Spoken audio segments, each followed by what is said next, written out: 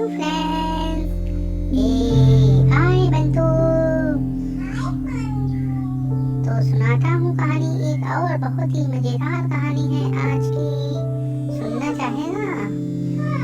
ठीक है फ्रेंड्स, तो कहानी है शिकारी के उपकार की कहानी। शेर और शिकारी के उपकार की कहानी। हाँ, तो क्या होता है?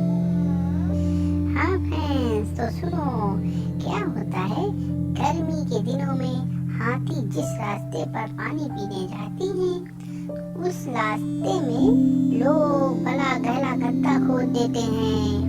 जो लोग हाथी पकड़ते हैं, शिकारी जो होते हैं, हाथी के शिकार करने वाले होते हैं, वो लोग क्या करते हैं, रास्ते में बड़ा सा गड्ढा खोद देते हैं और उसके चारों ओर नुकीले नोक वाली चीजें, लकड़ियां को छुपा देते हैं और फिर गड्ढे को फिर पतली सी लकड़ी से ढक देते हैं और उसके ऊपर पत्ते लगा देते हैं, हलाई से डाल देते हैं किसी को पता ना चल पाए कि क्या हो रहा है। इसमें बिल्कुल जमीन के जैसे बना देते हैं। तो एक बार ऐसे ही जब हाथी पानी पीने के लिए निकलते हैं, तो उनके दल में सबसे आगे चल रहा था हाथी। गड्ढे के ऊपर बिछी जो लकड़ियां टहनियां थी, उसके कारण गड्ढे को देख नहीं पाता है और जैसे ही टहनियों पर पैर रखता है, टहनियां टूट जाती हैं और हाथी गड्ढे में गिर जाता है। ऐसा ही ये लोग शिकारी लोग बना देते हैं गड्ढा। हाथी पकड़ने वाले उस हाथी को लाकर पहले कई दिनों भूखा लगते हैं। हाँ, और गड्ढे में भी हाथी कई दिनों तक भूखा रखा जाता है, जिससे वह कमजोर हो जाए।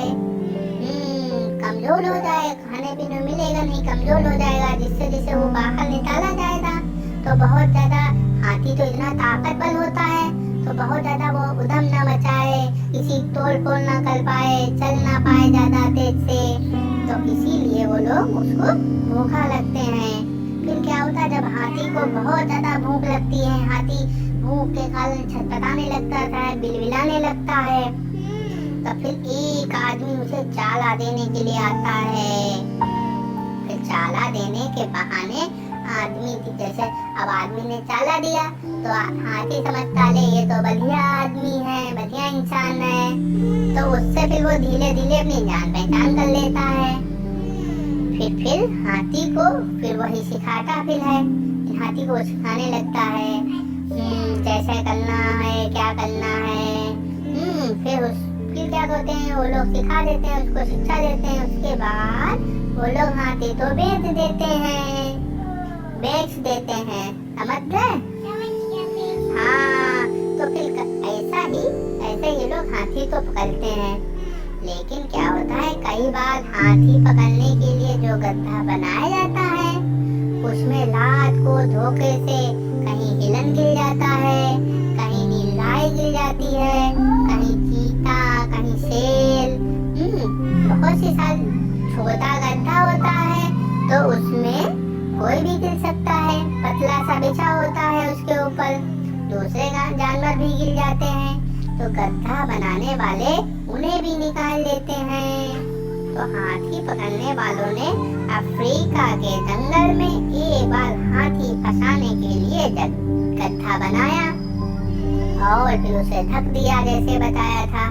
फिर रात में क्या होता है, एक शेर उसमें गिर जाता है गड्ढे में। हाँ, शेर किसी छोटे पशु को पकड़ने दौड़ा और वो फूल से गड्ढे में जा गिरा। अब क्या होता है, फिर उधर से एक शिकारी उधर से निकला। उसने देखा, अरे शेर गड्ढे में गिरा है, लेकिन जो वीर पुलिस होते हैं तो उन्हें देखकर उनका शिकार नहीं करते, उन्हें मारते नहीं हैं। तो वो भी है जो शिकारी था, वो वीर पुलिस था। वीर पुरुष, हाँ, स्ट्रॉन्गमैन, हाँ वो था वीर पुरुष। तो हाँ, वीर पुरुष पुरुष तो वो गड्ढे में जैसे किसी को मुसीबत में देखता है तो मारता नहीं है। हाँ, तो फिर ऐसे ही शेर क्या होता है, उसकी सहायता करता है वो। फिर शेर बार बार उछलता था, परंतु गड्ढा बहुत गहरा हुआ था और उसके चारों ओर नुकीली डंडी लगी हुई थी। तो उसको जल्दी से छलांग लगाता था तो उसकी नुकीली डंडी लग जाती थी उसके पेट में, कहीं गल जाता था उसके, तो फिर वो गड्ढे में गिर जाता था। फिर क्या होता, शिकारी ने कहा अच्छा इसको निकाल लेना चाहिए, इसका शिकार तो नहीं करना हमें है, इसकी हमें सहायता करनी चाहिए। तो शिकारी सब देखता रहता है। तो फिर वो शिकारी ने क्या किया, एक रस्सी में 2 लकड़ियों को बांधा, जो नीचे गली हुई थी लकड़ियों को बांधा और फिर पेड़ पर चढ़ गया। पेड़ पर चढ़कर रस्सी खींचकर उसने लकड़ियां उखाड़ दी।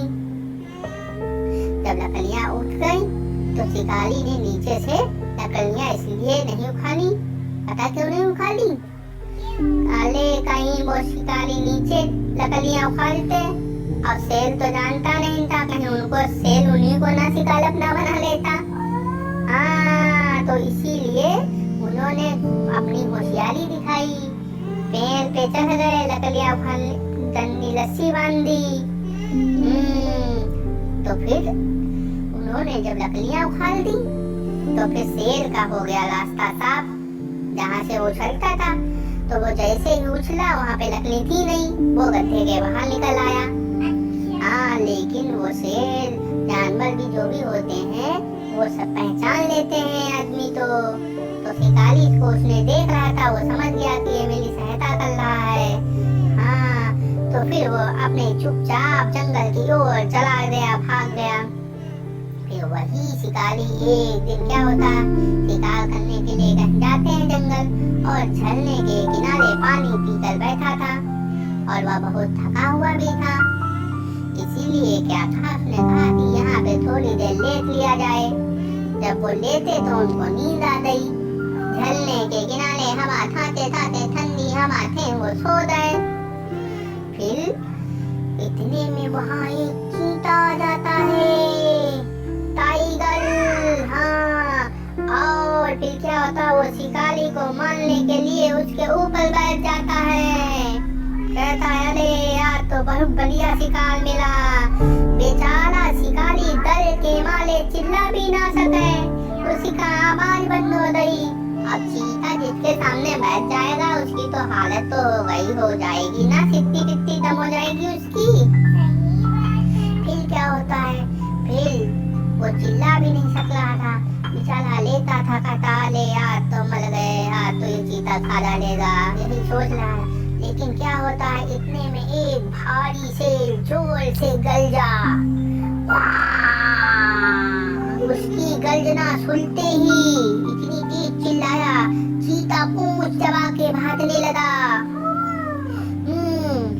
और पर शेर ने चीते के ऊपर कूद पड़ा, उसके ऊपर शेर था तो चीते के ऊपर कूद पड़ा और उसने चीतों को मार डाला। शिकारी समझता था कि चीते को मारकर शेर अब उसे मारेगा, लेकिन शेर आया और फिर क्या होता है पता तुम्हें? हाँ दोस्तों, फिर शेर आया और शिकारी के सामने बैठकर ऐसे धीरे धीरे पूंछ हिलाने लगा। फिर शिकारी ने देखा, अरे अच्छा शिकारी पहचान गया, अरे या वही शेर है जिसे मैं गड्ढे में से मैंने निकलने में मदद की थी, इसकी सहायता की थी। और शेर भी समझ गया था दूर से ही कि ये वही शिकारी है जिसने हमारी रक्षा की थी, तो इसलिए आज हमें इसकी रक्षा करनी चाहिए।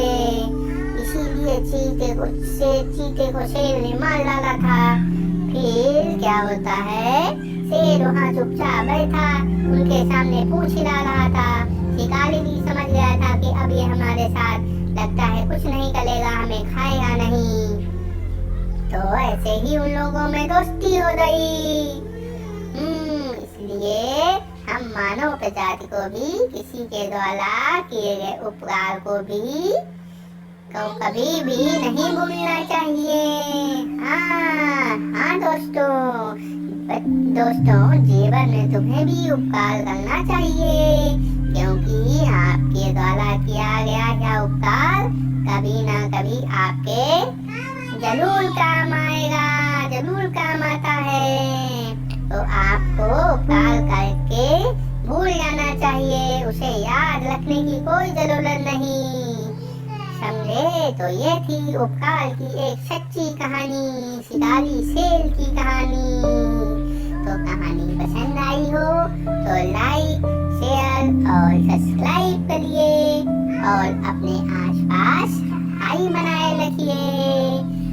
खाली है तो ऑक्सीजन है, पेड़ है तो जीवन है, वाटर